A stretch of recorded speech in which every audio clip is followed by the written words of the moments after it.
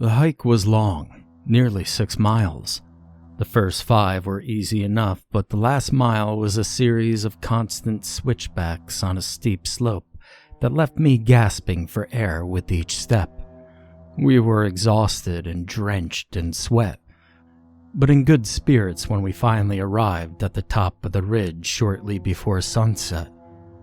My friends seemed eager to explore the nearby landscape, and I shared their enthusiasm. From what we had heard, the view here was stunning. It was our annual summer camping trip, a rigid tradition that had endured since childhood.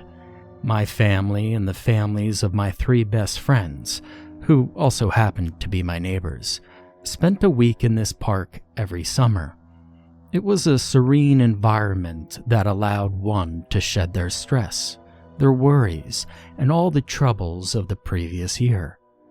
Here, next to the sprawling forests of pines and under the shadow of the Appalachian Mountains, we came to forget the problems of life and simply enjoyed ourselves. I had many fond memories of this place that spanned throughout my childhood. Fishing and swimming in the lakes, marshmallows and ghost stories over the campfire, hiking along the many trails that covered the park. I looked forward to this trip each and every year. However, this year was slightly different. Our families had stayed at the usual campgrounds while Tony, Aster, Margaret, and I hiked onward to a different area. For many years, we had been told that there was a campground at the top of the ridge that offered an absolutely incredible view of the valley below. On more than a few occasions, my friends and I begged our parents to take us there, but we could never convince them to make the long hike. For our younger siblings, 6 miles was simply too far to walk. At least, that's what the excuse that they used. Nevertheless, we had collectively convinced our parents to allow us to make the hike alone this year. They had agreed, and we were definitely old enough to camp out on our own, and wished us well on our journey. And here we were, 5 hours later, on top of the heavily forested ridge, and excited to pitch our tents. As soon as we reached the top of the ridge, the dirt path leveled off. There were pine trees on either side of the path that cast long shadows into the evening sun. About 100 yards ahead, the other edge of the ridge could be seen, and we picked up our pace in anticipation of the view. I noticed that there was a small building at the edge of the path that was built very close to the cliff. It looked like a house, and I curiously wondered who would be living all the way up here. Turning my mind back towards the reason we were here, I hurried past the house with my friends and arrived at the opposite end of the ridge. And the view was everything we had anticipated.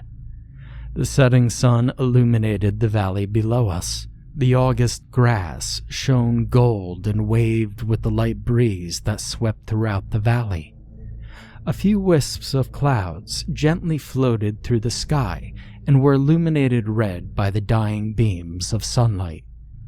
I heard Aster and Margaret gasp in awe as they admired the landscape.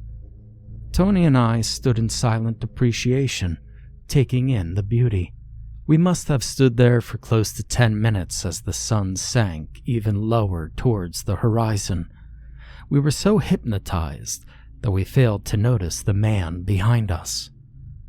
As soon as I turned around, I saw him.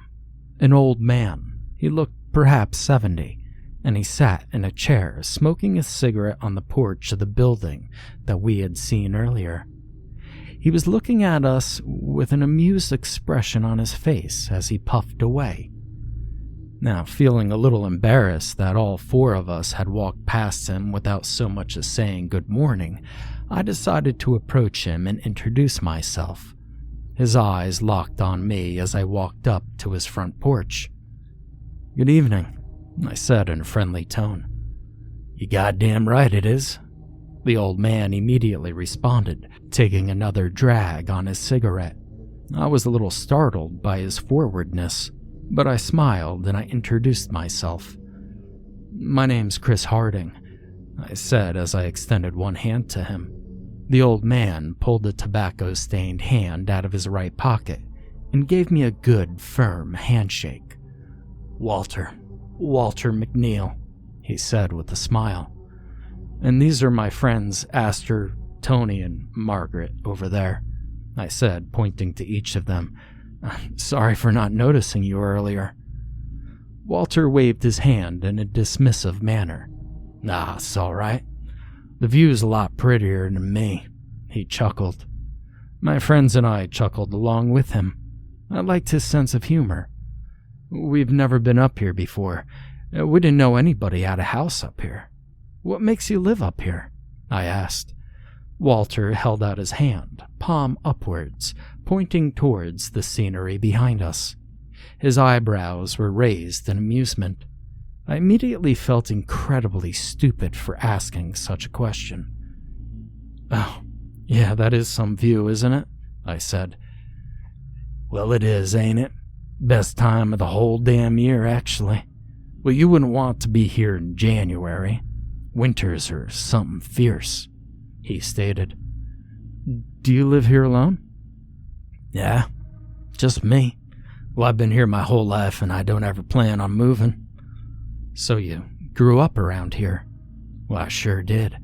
Used to be a little town down in that alley right there. That's where I was born and raised. Well, what happened to it? I inquired. The town, why isn't it there anymore? Well, nothing happened to it as much as it withered away.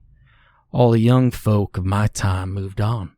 Didn't want to live their lives in a tiny little town in the middle of nowhere, Walter said with a touch of sadness in his voice. But not you. You didn't want to go anywhere? Nah, not me. Perfectly happy to be here till I'm dead. Walter said nothing further and seemed to go into deep thought. We stood around awkwardly for close to a minute before finally deciding to say goodbye and head to the camping area. We were tired from our hike and needed to pitch our tents and sleep. Excuse me, I said, waking Walter from his silent contemplations. How do we get to the campgrounds from here? Huh? The campgrounds? Well, you just follow that trail there for about a half a mile. It goes along the ridge and it'll lead you straight to a clearing where you could set up camp. You'll have all the space to yourselves. Hardly anybody ever comes up here anymore. Walter pointed to the right of his house, and our eyes followed his finger. There was a thin dirt path leading into the trees. Okay, thanks for your help, Mr. McNeil, I said. We waved goodbye to him and started to turn towards the trail. Just as my head turned away from the house, something caught my eye. It was another trail, even thinner, that led into the trees on the left side of the house. Where's that trail go to? I asked, nodding my head towards the other path. Walter glanced over towards it, and a smile crept onto his lips. He took a drag on his cigarette and responded. Oh, that trail? Well, that leads to the stairway, he said casually. The what? The stairway? Well, that's what everyone calls it. I don't think it has a proper name. What's the stairway? I inquired, genuinely curious. It's the damn strangest thing I ever saw. It's just a set of stairs carved out of rock. It goes right over to the cliff. Been there just about forever. What? I said incredulously. A stairway made out of rock, right over the cliff. Exactly that. Well, you gotta see it to believe it, but it's there. And who built it? Why would anyone build something like that?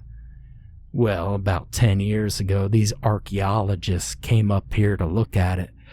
They got a load of fancy tools and such, and one of them tells me that it's nearly 900 years old, if you can believe it. And so I guess the Indians must have built it. There sure as hell wasn't anyone else here 900 years ago. I see. So why did the Native Americans build it?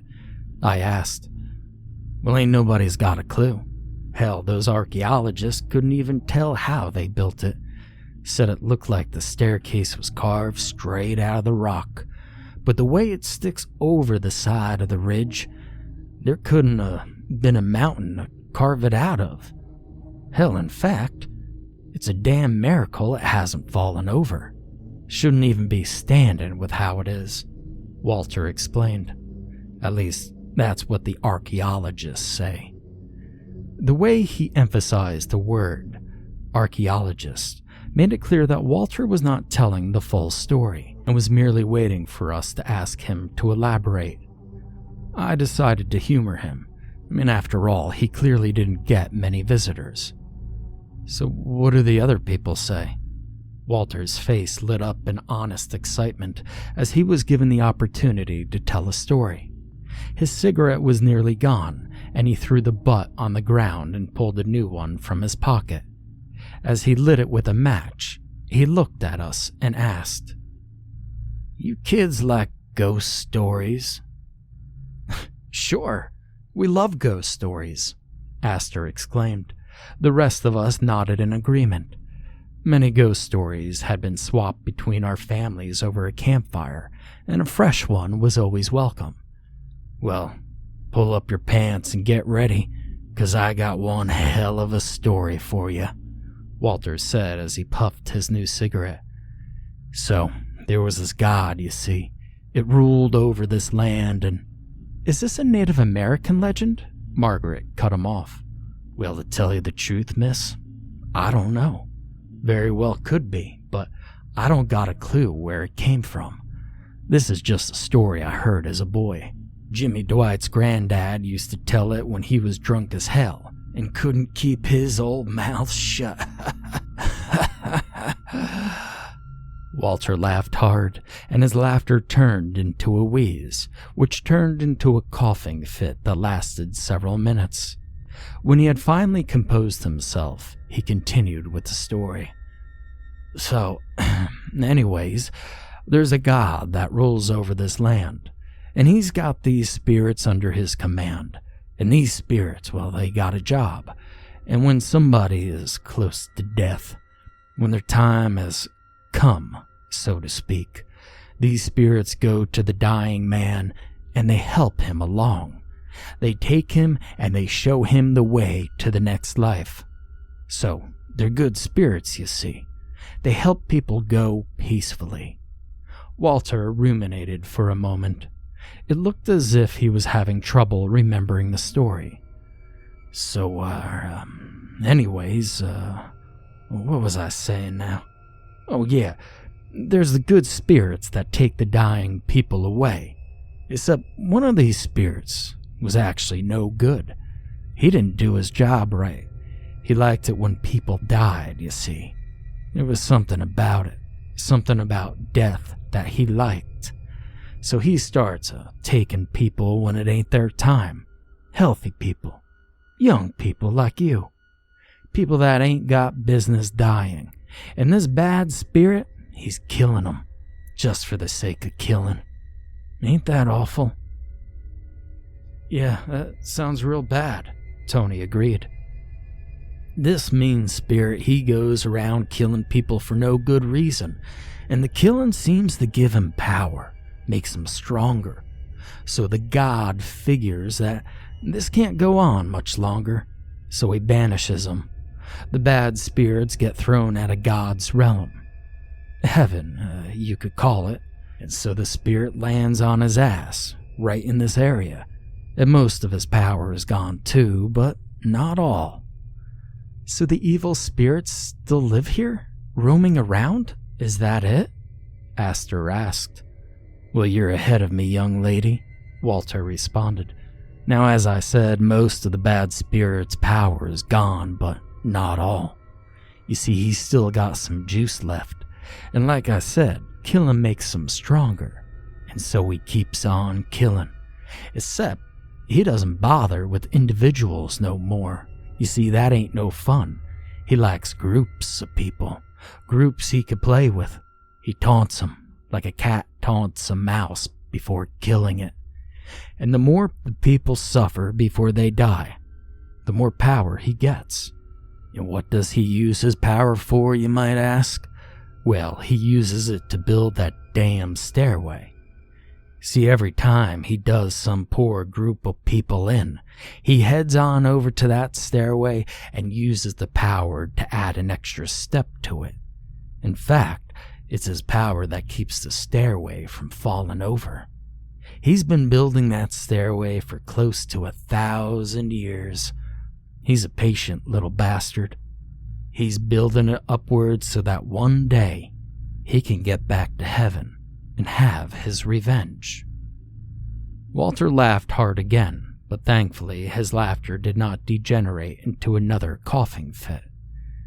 How's that for a stairway to heaven? I chuckled at the reference to the song, but I was also impressed by Walter's story. It certainly was a rather creepy tale. It seemed perfectly tailored to scare them. An evil spirit roaming these lands, only preying on groups of people such as themselves. An excellent ghost story. And so how many steps are on the stairway now? How many groups have come up here and met with a terrible fate? I asked with an amused tone. There's, Walter trailed off. Well, I'll be damned if I haven't forgotten. I went out on that stairway when I was young, and I counted the steps, but damn, that was so long ago. I can't remember at all how many steps there are. Well, of course, you're free to go and find out.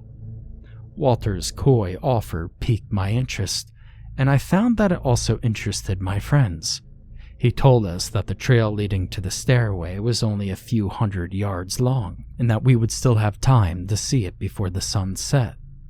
It didn't take much convincing to get us on the path to see the legendary set of stairs. My mouth hung open in shock. It was exactly as Walter had described it. Even so, I was still completely blown away by what I saw. A large staircase made entirely of gray rock, jutting out over the edge of the ridge. It was steep and had no support as far as I could tell. It looked as if it should fall over at any second. I could tell that my friends were amazed as I was. I'd never seen anything like it in my life. Walter had understated when he called it the damn strangest thing he ever did see. We silently stared at the stone monstrosity for a long time, and the sun was starting to touch the horizon when Tony spoke. How many? How many what? I responded. Well, how many steps are there? Count 'em. I'm sure as hell not walking out on that thing. All four of us began counting the stone steps in our heads as the remaining rays of sunlight illuminated the stairway. I lost count once and had to start over. 39, Margaret declared. Tony and Aster agreed with her count. I was the last one to finish my tally of the stairs, and I arrived at the same conclusion. 39, I agreed. 39 groups of people killed by the evil spirit that haunts these lands, Tony said in an overdone spooky voice. We laughed, and Aster mentioned that we should all go tell our parents about this place as soon as the week was over. We had a great ghost story to share. The sun finally dipped below the horizon and left us behind only a blood-red sky. We decided to head back towards Walter's house and take the path to the campground, promising ourselves that we would come back to see the stairway at least once before the week was over. The walk to the campground was fairly uneventful. We saw Walter again as we passed by his house and told him that there were 39 steps on the stairway. He mumbled something along the lines of, "Sounds about right," before bidding us goodnight and heading into his house. It took less than 15 minutes to walk the half-mile path to the camping area. In the fading twilight, we chatted and did our best to spook each other with dreadful stories of the evil spirit that lurked in these woods. About halfway through the walk, Tony had spotted the dirty skeleton of a squirrel laying just off the path.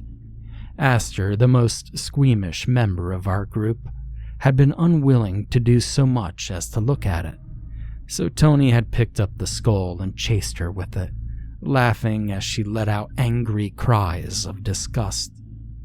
Margaret scolded him like a mother, warning him that he could get all sorts of diseases from animal carcasses, but Tony didn't seem to care.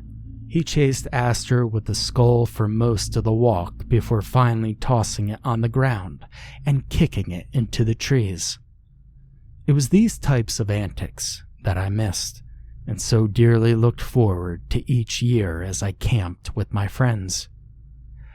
The campground was merely a clearing in the woods. It was uneven ground, a long and narrow scar in the woods that followed the high ridge we were upon. There were 3 fire pits lined up in a nice row, along with room for 3 groups to set up camp.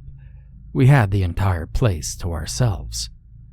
We were seasoned experts at pitching tents, and Tony and I had a race against Aster and Margaret to see who could pitch their tents faster. Tony and I won by just a few seconds, and the girls cried foul because the ground beneath their tent was rockier and harder to drive a stake into. We all had a good laugh over it. The tent that Tony and I were using was closest to the trail, and Margaret and Aster's tent were directly opposite to ours, with a fire pit between us. In the cool night air, we built a bright campfire and cooked hot dogs on sticks, each taking turns coming up with new ghost stories. From the position of the moon, I could tell that it was easily past midnight when we finally decided to crawl into our tents and drift into sleep, exhausted from the long hike. The next day was wonderful. There were no clouds in the sky, and a gentle breeze swept through the trees, keeping us cool with the hot August sun above. We passed the time in bliss, exploring the nearby woods.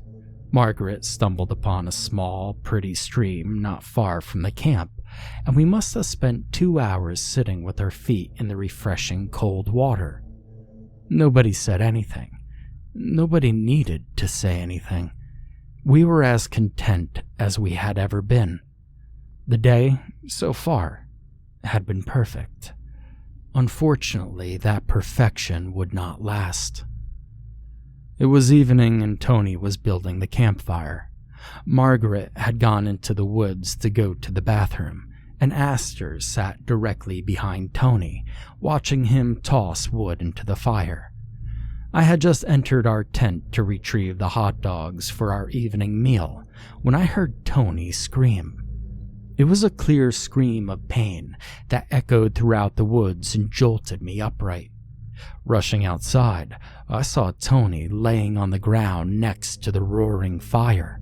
His cries of agony had stopped, and he now clutched his left hand to his chest, biting his lower lip and taking deep breaths. I could see that the side of his left hand, from his pinky finger to his wrist, was an angry shade of red and covered with blisters. I immediately knew that Tony had burned himself. As an experienced camper, I was accustomed to emergencies, and I quickly ran back into our tent. We had brought a first aid kit that included burn ointment.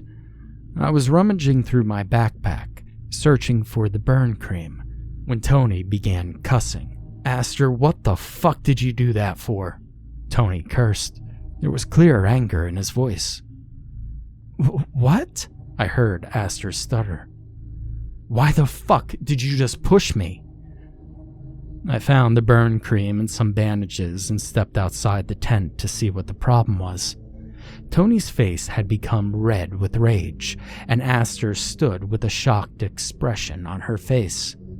Tony looked at me while pointing at Aster. "Chris, that bitch tried to push me into the fucking fire." I was extremely confused by the accusation that Tony was making. I turned my head to look at Aster, who was pale with shock. Then I looked back at Tony. "Tony, what are you saying?" I asked as I walked over to him and bent down to apply ointment to his hand. I could see that there was no charring of the skin, which meant that the burns were only 2nd degree. That was good. The hand would heal fully. "She pushed me. She fucking pushed me towards the fire, and I got burned," he hissed with venom in his voice. Tony winced as I wrapped the bandage around his hand. I was disturbed by what he was saying. Tony had always been the most level-headed member of our group, and I did not understand why he was accusing Aster of hurting him. "Tony, you just fell down, dude. You tripped and you stuck your hand in the fire. That's all that happened," I said calmly. "Don't blame Aster." "No, I was pushed. I felt it. Someone pushed me really hard, right in the back. I didn't fucking trip. I know someone had pushed me. Margaret isn't here, you were in the tent, but Aster was right behind me the whole time. She definitely pushed me." I looked back at Aster and I could tell that she was close to crying. I had known her since I was a toddler, and she was one of the sweetest people I had ever met. There was no way, absolutely no way, that she had tried to push Tony into the fire. "Tony, listen to me. Why would she do that? Why would Aster push you into a fire? I mean, Christ, man, think about what you're saying," I rationalized. I don't know. I don't know. Maybe she's mad. Mad about the squirrel carcass I chased her with. Yeah, she was mad about that and wanted revenge." Aster choked back a sob. "Tony, I would never do that. Push you into a fire? That's horrible. I'm sorry about your hand, but..." "Yeah, sorry that my head doesn't go into the fire instead," Tony sneered back. "I'm lucky I caught my balance, only touched some of the embers. I nearly lost my fucking face." Aster burst into tears and ran into her tent. I could hear her sobbing into her sleeping bag. And now I was angry, and I turned to Tony. "What the hell is wrong with you? Why did you make Aster cry?" I asked Tony in an angry voice. "Because..." "Shut up, Tony. Shut up and think about it. Hell, you've known Aster as long as I have. Have you ever seen her do something so mean? Even once?" Tony's face softened. His eyes fell to the ground. "Well, no, I haven't, but nothing. You're being ridiculous, Tony. Aster didn't push you into the fire. Nobody pushed you into the fire. You just fell. You should apologize for Aster for making her cry. Now, Tony." I'd always been the strong voice of command in our group. Tony capitulated and went into the tent to apologize to Aster, but not before insisting that somebody had indeed pushed him into that fire. Margaret returned from the woods and we filled her in on what happened to Tony. She suggested that we should cut our trip short and get him to a doctor, but Tony was completely against the idea. He insisted that the burn was not serious. The ointment and the bandages kept his hand from hurting badly, and there was no point in ruining the trip, he said. And so, with Tony and Aster on good terms again, we fell asleep in our tents and spent another cool, pleasant night on the ridge. I awoke to screaming. Not a scream of pain, but a scream of fear. It was high and shrill, jolting me upright from a deep sleep. Even before I stepped out of my tent, I knew that it was Aster. Only she could produce such a sharp cry from her vocal cords. The sun had just begun to rise, sending fresh beams of sunlight through the trees. I warily stumbled out of the tent, rubbing the sleep from my eyes. Our tents in the grass were covered with sparkling dew, but I'd no time to admire the beauty of early morning. Becoming more alert, I noticed that Aster was standing in the entrance to her tent with her hands over her mouth. Margaret had been awakened by the sudden scream and stood behind her. Both of them looked down towards the ground in front of their tent. I followed their gaze and saw that something lay in the dirt. I walked around the fire pit towards the girl's tent in order to get a look at what had caused Aster to cry out. I approached the tent and focused on the object in the dirt. When I could clearly see what it was, I recoiled in disgust. It was a squirrel's skull. And not just the skull, to be precise. The entire skeleton was there as well, laid out in a sickening pose that made it appear to be dancing. It looked exactly like the squirrel skeleton we had seen on the first night, except this skeleton was clean. Its bones were bright white and did not have a single speck of dirt on them, as if somebody had rigorously scrubbed each and every one, carefully making sure that any impurities were removed, leaving a shiny white pile of bones perfectly laid out in front of Aster's tent. Aster continued to gasp in horror and disgust as Tony stepped out of our tent and walked towards us with a concerned look on his face. "What's wrong? What's going on?" he asked. Aster wrenched her gaze from the skeleton and looked at Tony as he approached. The expression on her face turned from terror to anger. "What's wrong? What's wrong?" Aster screamed hysterically. "As if you don't fucking know." Tony looked confused. He stood next to me and peered down at the ground, seeing the skeleton for the first time. "You know, you're such a fucking asshole, Tony. I thought we made up last night. You said you were sorry for blaming me. What a fucking liar. Fuck you." I absolutely agreed with Aster. It was one thing for Tony to be paranoid and believe that he had been pushed into the fire, but now he had taken things too far. Taking the squirrel skeleton that he had tormented Aster with earlier and placing it outside her tent was cruel. It seemed clear to everyone that he had done so in a petty attempt to exact revenge for the perceived assault Aster had committed. I became angry, extremely angry. I turned to Tony. I was about to tell him off, to go on a tirade against him, to curse him out for being such a thoughtless, paranoid asshole. I opened my mouth to begin my rant, and then immediately closed my lips and swallowed my words when I saw his face. He had taken a step backwards from the skeleton. His face had gone pale, and his hands were clenched into tight fists. I could see the tension in his arms and neck. He was afraid. Truly, sincerely afraid. Aster continued to curse at Tony, and after several moments he turned his wide eyes towards Aster and looked her in the face. All he could manage was a barely audible squeak. I didn't do this," Tony whispered as his voice cracked. "Oh, sure you didn't, Tony," Aster replied sarcastically. "No, that little skeleton just walked up here on its own and sat itself down in the front of my tent. You're a lying asshole.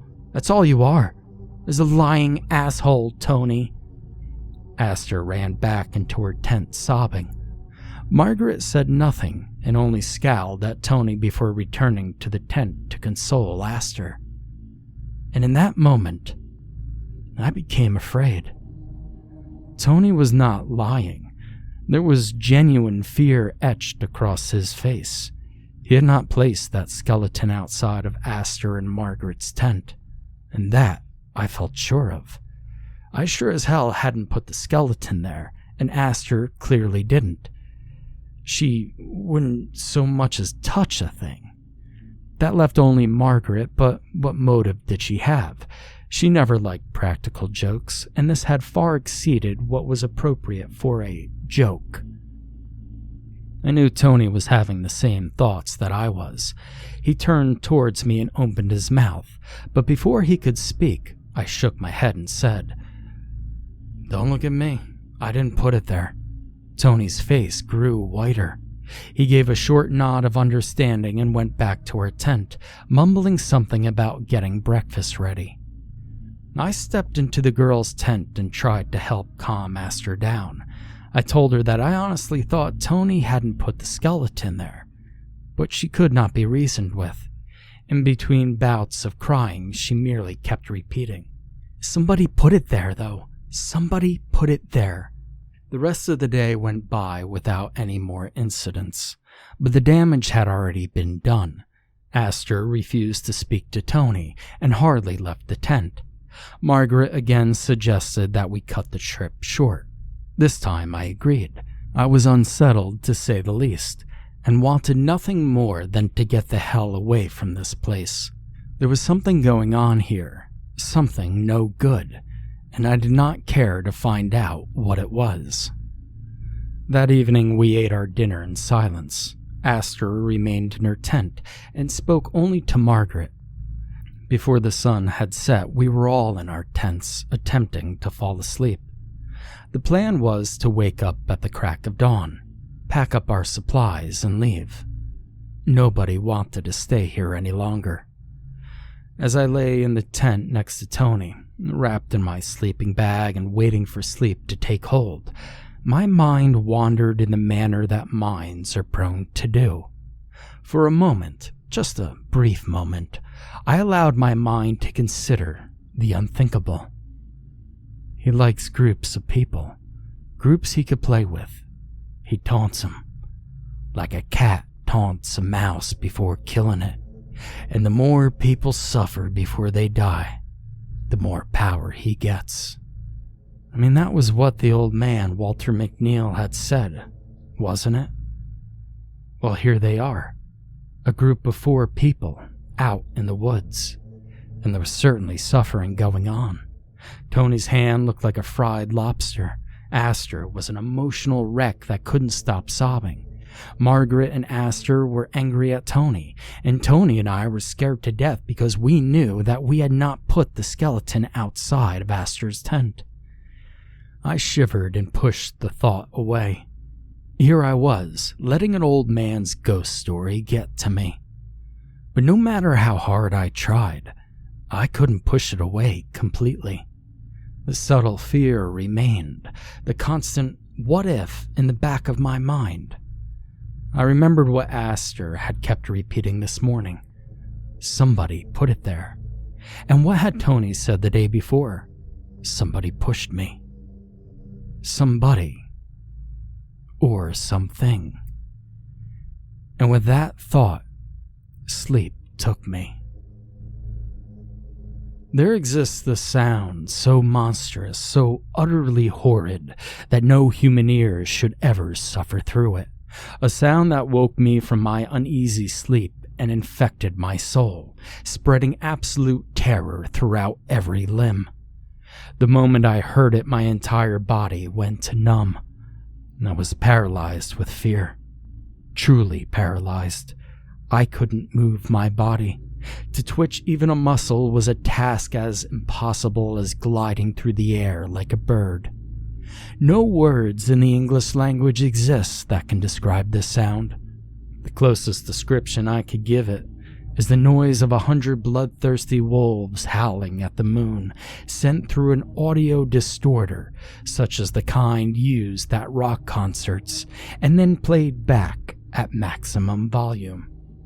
The ground beneath my sleeping bag vibrated, and it felt as if the hounds of hell walked the earth around me.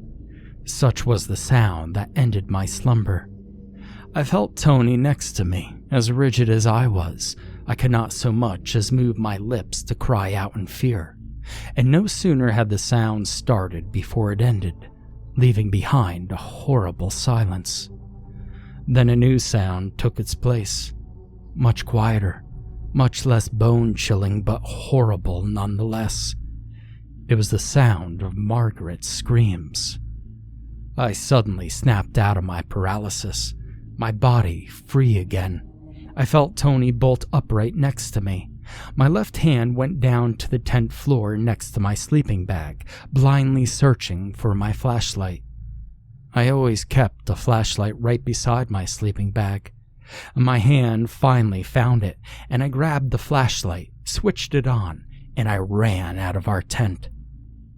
Fire. That was the first thing I saw. The brown summer grass around us was on fire.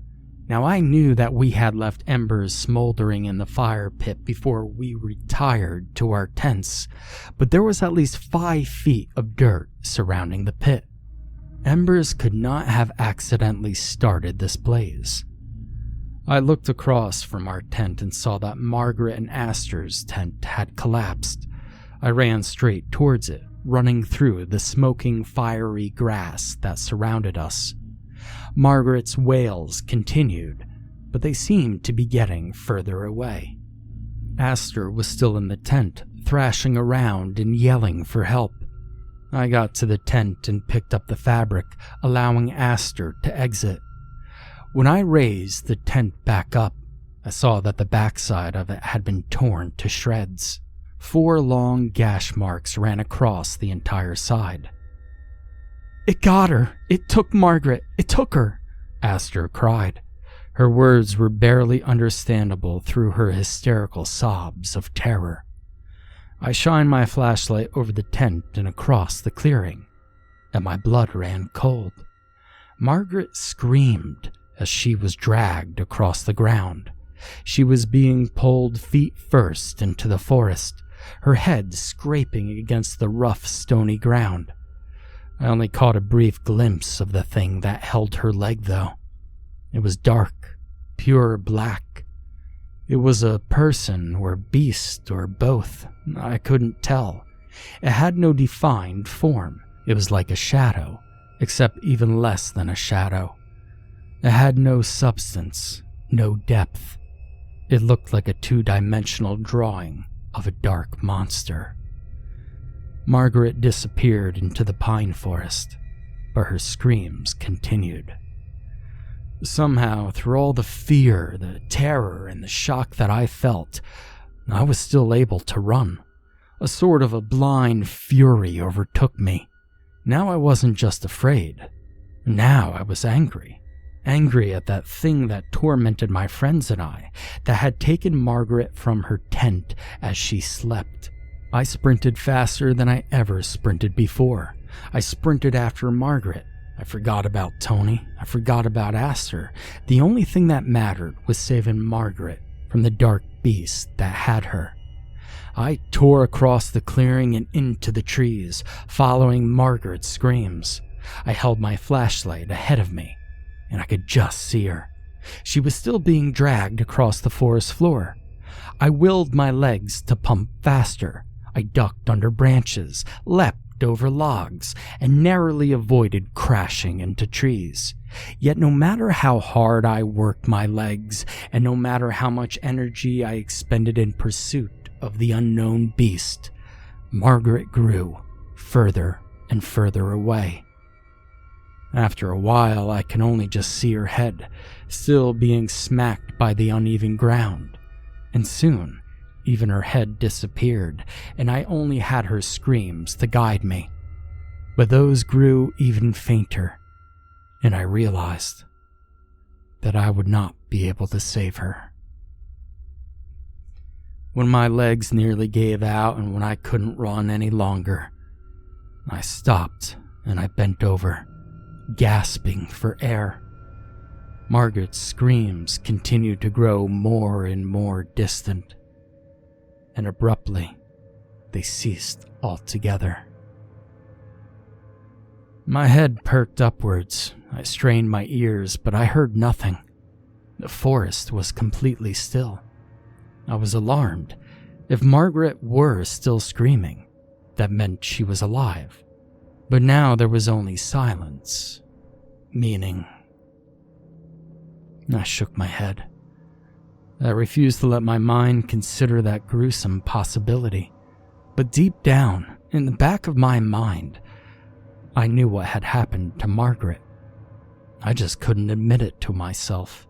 I started jogging forward, calling out her name in a hoarse voice. "Margaret? Margaret, you there?" I cried out. I suddenly noticed a new noise, one that was not there before. It was a sound of running water. I realized that I must be near the small stream that we had visited 2 days before. Picking up my pace, I walked toward the sound of the stream, my flashlight illuminating the path ahead, and I saw moving water. And then I saw Margaret. She was laying face down in the stream. Her black hair was waving gracefully in the eddies of the water. "Margaret?" I yelled as I sprinted towards her. As soon as I got within 5 feet of her, I stopped. The bright flashlight beam lit up her entire body. There were cuts and bruises along her legs and arms, and her clothes were tattered. Her right leg had 4 large cuts along it, no doubt where the beast had been holding her. And her head was bashed in. A large rock laid next to the stream. It had bits of skin and brain matter on it, where it had been used to crush her temple. One look into her eyes told me that there was no life there, and a dark current of blood had started washing down the stream. Margaret was dead. That thing, that beast straight out of Walter McNeil's story, had crushed her skull. For a few seconds I stood motionless, my flashlight focused on the lifeless body of my friend. Then I took a step backwards, turned around, and ran like hell. It got Margaret. It got Margaret. This was all I could think about as I sprinted back towards that clearing. It got Margaret, and now it's going to get us. And we have to get away. The light from the grass fire guided me back towards the clearing. After what seemed like an eternity of sprinting, it was probably just a few minutes, I arrived back at camp. Dry grass burns quickly, and the fire had mostly burnt out in the time I had been gone. Aster and Tony were huddled next to the ruined tent. Aster was rocking back and forth, and Tony sat next to her in a daze. His eyes were unfocused and foggy. I approached them, and they turned to look at me. "Get up. We have to go. Now," I ordered. "Where's Margaret?" Tony asked in a voice that sounded very far away. "Margaret's gone. Let's go." It was a considerable effort to keep my voice calm. "Gone? What do you mean, gone?" Aster cried out. "She's fucking gone, Aster. Get up and go." This seemed to motivate Tony. He jumped to his feet and bolted towards the path that led back to Walter's house. I struggled to help Aster stand. Her knees were too weak to support her weight, and she had to lean on my shoulder. "Tony, wait," Aster sobbed. "Just let him go. We need to leave. Walk with me," I commanded her. Slowly but surely, we managed our way towards the path. My eyes darted back and forth, searching for any danger, any sign of it. My anger was back. It had killed my friend, one of my best friends since childhood, and I fucking hated it for that. I hated it with all of my soul. But now was not the time for hate. I needed to ensure our survival.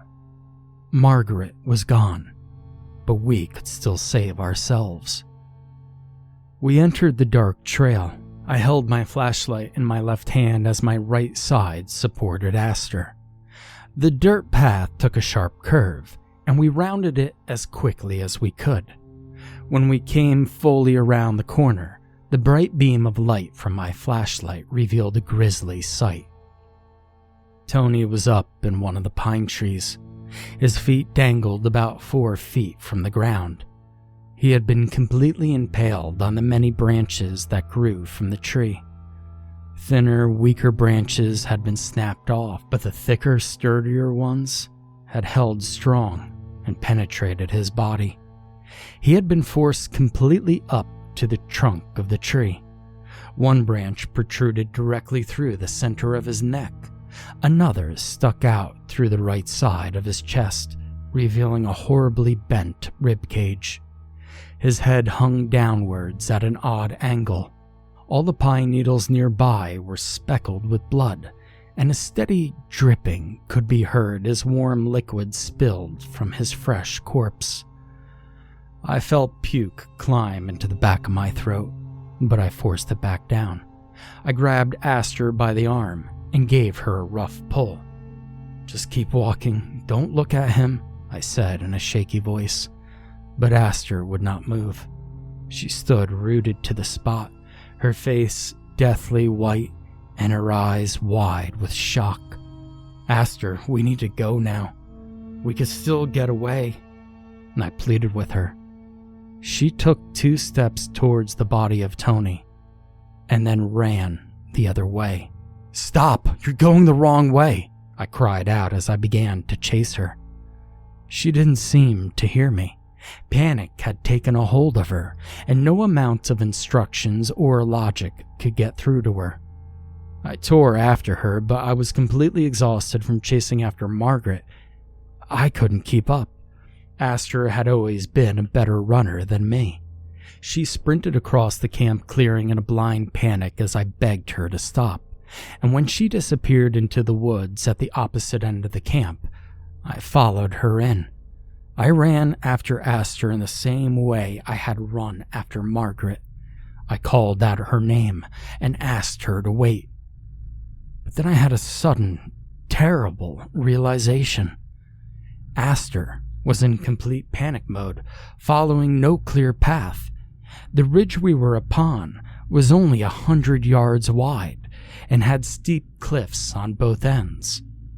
With the overhead foliage blocking the moon and the stars, a person who was running quickly might not see the edge in time to stop completely. I put my head down and I ran faster than I had ever run before. Aster seemed to be slowing down now, perhaps becoming tired, and I was gaining on her. But now I saw something else through the trees ahead. Stars. My gut sank when I realized that my fears had been correct. The cliff was no more than 20 yards in front of Aster. I was at least 10 yards behind her. I put every bit of energy I still had into running after her, and I screamed, "Aster, you're going off the cliff!" And Aster understood the danger now. But it was too late. She attempted to stop herself, but her shoes slipped on the rocky ground and she tumbled forward. I slowed down as fast as I could, no more than 2 feet from the edge of the cliff. I reached my hand out and swiped at Aster's torso, attempting to grab her arm. My hand smacked against her shoulder, hard, and spun her around. But I had nothing to grab onto. Her terrified eyes met mine, and she opened her mouth to scream. But her scream was taken by the wind, and she was gone. I stood on the edge of the cliff. I didn't dare look over the side. Oh shit. I was alone now. All my friends were gone. I was alone in the forest. Alone with it. Somehow I still had the energy to run. I ran back towards the camp as fast as my legs could carry me. I was determined to escape, to survive. Through all of this, I still had my flashlight, and it was a miracle I hadn't dropped it. I arrived back at the clearing. The grass fire had completely gone out. I made a straight line for the path that led out of the campgrounds, a swell of panic rising in my stomach, but something stood in my way directly in the entrance to the path. It was Tony. Tony stood in the path. His body had been taken down from the pine. The branches through his throat and chest were still there. They had been snapped off of the tree. Blood still ran from the open wounds on his body. And behind him, I could see it. The thing that had dragged Margaret to her death. The thing that had impaled Tony upon the tree. The black 2-dimensional being that had terrorized us. Strangely, it was somehow transparent. I could see it, but I also could see everything behind it. It held Tony's body up like a puppet. His head lolled to one side and then turned upwards and looked at me with blank, dead eyes. Tony's mouth curved into a grin, but it was not a grin of his own. It looked as if his cheeks had merely been forced upwards by an outside force. When Tony laughed, it wasn't a real laugh. It sounded as if air was simply being forced through his mangled vocal cords by the thing holding him up. His smile dropped, and then he spoke. Except it wasn't Tony speaking. It was that thing speaking through Tony. And the voice was so garbled that I could hardly understand it. But I made out one single word. Run. The thing dropped Tony's body on the dirt path and disappeared. Tony crumbled into a heap of useless flesh. He looked like an action figure that some angry toddler had crushed and stomped into the ground. It had told me to run, but Tony's body in the center of the path sent another clear message. Don't take the trail. And so I ran. I ran into the woods next to the path. I planned on turning back towards the trail when I could, determined to make my way out of this forest from hell. But there it was, right beside me. It followed along with me, keeping pace with me, and every time I tried to turn in the direction of the path, it was there. It was not going to let me escape. Like a dog herding sheep, it ran beside me. It kept itself between me and the trail, ensuring that I could not make my way onto the dirt that led to safety. I absolutely knew that if I ever crossed its path, I would be dead. I had no choice but to continue straight ahead through the thick forest of pines. It had changed now. It took on more of a definite form. It was no longer transparent, but pure black, as it was when it had taken Margaret. It was a beast with 4 long, thin legs that ended in huge claws. Its snout was lengthy and pointed, and its back was horribly arched. It lumbered along beside me, mad with thirst for the kill. I looked ahead and I saw stars. I was nearing the other edge of the ridge, and if I did not change direction soon, I would go over the edge, just as Aster had. I carved my path to the left, away from the trail, but it was there too. It had disappeared from my right side and appeared on my left, continuing to herd me straight ahead. There was only one direction it wanted me to go. He taunts him, like a cat taunts a mouse before killing it. The words of Walter McNeil echoed through my mind as I ground to a halt mere inches from the cliff. I turned around to face the horror that pursued me, and my mind was completely empty. I had no more sense left in me. There was nothing that I could do to protect myself. It stayed in the trees, several feet from the edge of the ridge, prowling back and forth like a giant cat as its hideously long claws scraped against the rocks on the ground. I didn't dare try to run anymore. Every potential path of escape was blocked. I saw its mouth open wide to reveal a set of monstrous black teeth. It curled back onto its hind legs and looked like a spring that was waiting to be set loose. And then its hind legs thrusted forward with enormous power, and it leapt at me from the trees. Sharp teeth bit into my chest as it crashed into my torso and took me over the ledge. Walter McNeil awoke with the sun creeping over the horizon. He hadn't slept well. Not well at all. Halfway through the night he had heard something awful, a horrible noise that seemed to come from the direction of the camp where those kids were staying. He thought he had dreamt it, but He wasn't completely sure. Stepping out onto his front porch, he pulled a cigarette from his pocket and lit it. He felt uneasy. He couldn't quite place his finger on it, but something was throwing him off. For some reason, on this morning, he felt drawn to it. Drawn to that damn stairway that stood so defiantly over the ridge. Perhaps it was the horrible noise that had awoken him in the night, or perhaps it was the fact that there was no smoke creeping up over the nearby campgrounds, as it had the past 2 mornings while those kids were camping. Walter walked along the short, narrow path that led to the stairway. The rising sun illuminated it, and to him, it was beautiful. It looked just like it had when he was a boy. It was exactly how he remembered it. Walter placed his foot on the first step and began climbing. In his mind, he counted the steps. 1, 2, 3, 4. Any other man would be afraid to do such a thing, to climb out onto an impossible stairway over a large cliff that looked as if it should fall over at any moment. But Walter knew it was safe.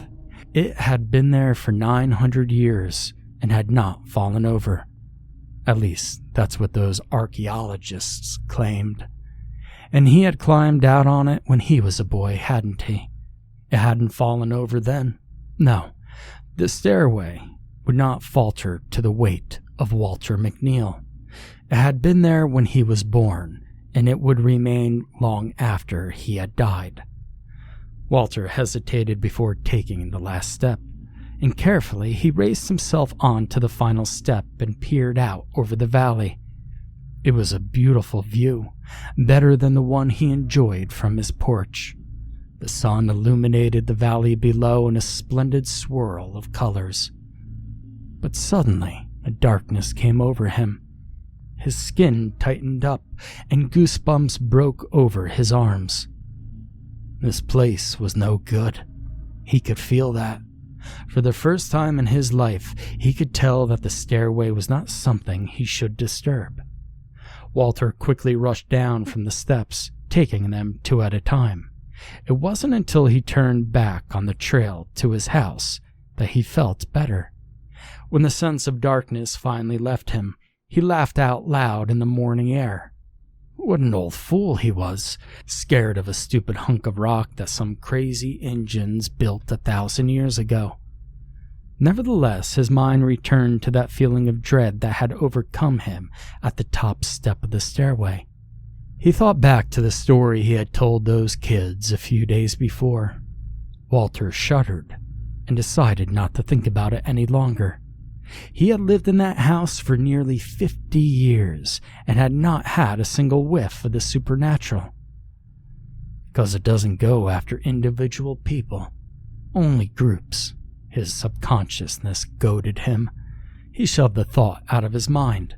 That ridiculous story came from a superstitious old drunkard. It wasn't even worth considering. Stairway to heaven, my ass. But in his heart, he knew that nothing could completely wash away the fear he now felt towards that place. The fear that had invaded his soul and taken root like a weed as soon as he arrived at the final step of the stairway. He could ignore it, rationalize it, explain it away as best he could, but the seed of doubt would never leave his mind. Kids these days, hell, can't even count, right? What good is school anyways? He thought to himself. Yeah, that's just it. They just miscounted. Couldn't see it right in the setting sun. That's what happened. Must be it, he said out loud, attempting to console himself. That must be it. Because there were exactly 40 steps on that damn stairway.